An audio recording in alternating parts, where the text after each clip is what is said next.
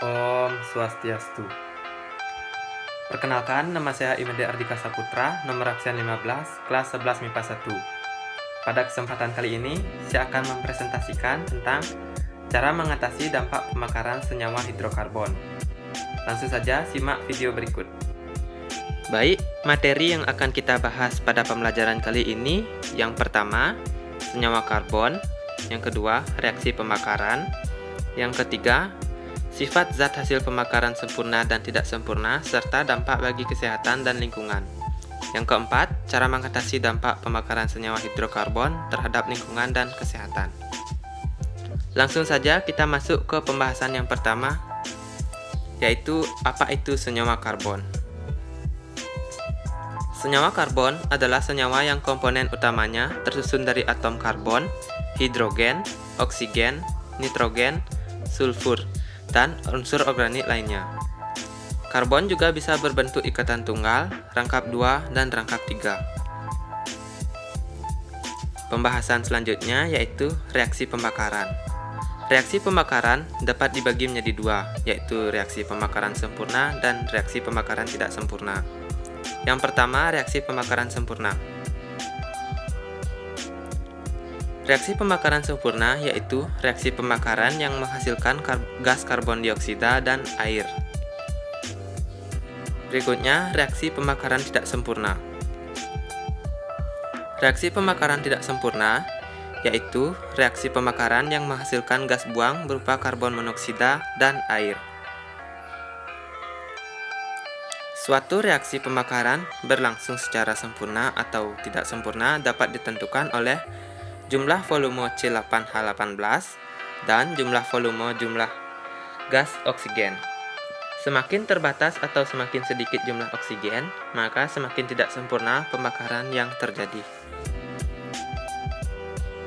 Pembahasan berikutnya yaitu sifat zat hasil pembakaran sempurna dan tidak sempurna, serta dampak bagi kesehatan dan lingkungan.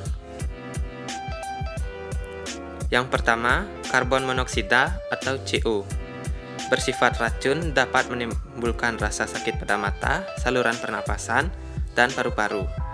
Bila masuk ke dalam darah melalui gas pernapasan, gas ini bereaksi dengan hemoglobin darah berbentuk karboksihemoglobin atau COHB. Yang kedua, karbon dioksida atau CO2. Tergolong gas rumah kaca. Peningkatan gas karbon dioksida di udara dapat meningkatkan suhu permukaan bumi atau yang biasa disebut dengan pemanasan global.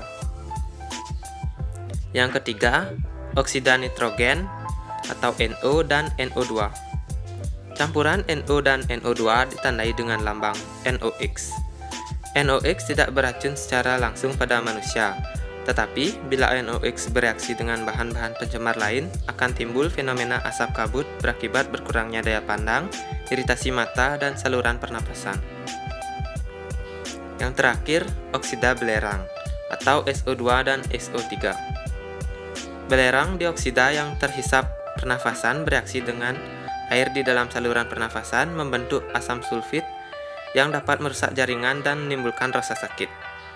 Bila SO3 yang terbentuk adalah asam sulfat dan SOx dapat larut dalam hujan, menyebabkan hujan asam. Pembahasan yang terakhir yaitu cara mengatasi dampak pembakaran senyawa hidrokarbon terhadap lingkungan dan kesehatan. Yang pertama, mengurangi penggunaan kendaraan bermotor berlebihan. Nah, untuk mengatasi hal tersebut, kita dapat menggunakan sepeda gayung atau jalan kaki ketika bepergian. Yang kedua, melakukan penanaman tumbuhan sebagai penyerap karbon dioksida. Kita dapat menanam pohon mulai dari pekarangan rumah hingga di sekitar rumah. Yang terakhir, menggunakan bahan bakar dengan kadar belerang rendah. Maksudnya, dengan kita menggunakan bahan bakar yang kadar belerangnya rendah, bahan bakar tersebut memiliki keunggulan yaitu biaya produksi lebih rendah, membuat mesin lebih awet, lebih ramah lingkungan, serta lebih baik terhadap kesehatan. Selain itu, bahan bakar dengan kadar belerang rendah memiliki kualitas yang lebih baik. Sekian presentasi dari saya. Jika ada salah kata, mohon dimaafkan. Saya tutup dengan Parama Santi. Om Santi Santi Santi Om.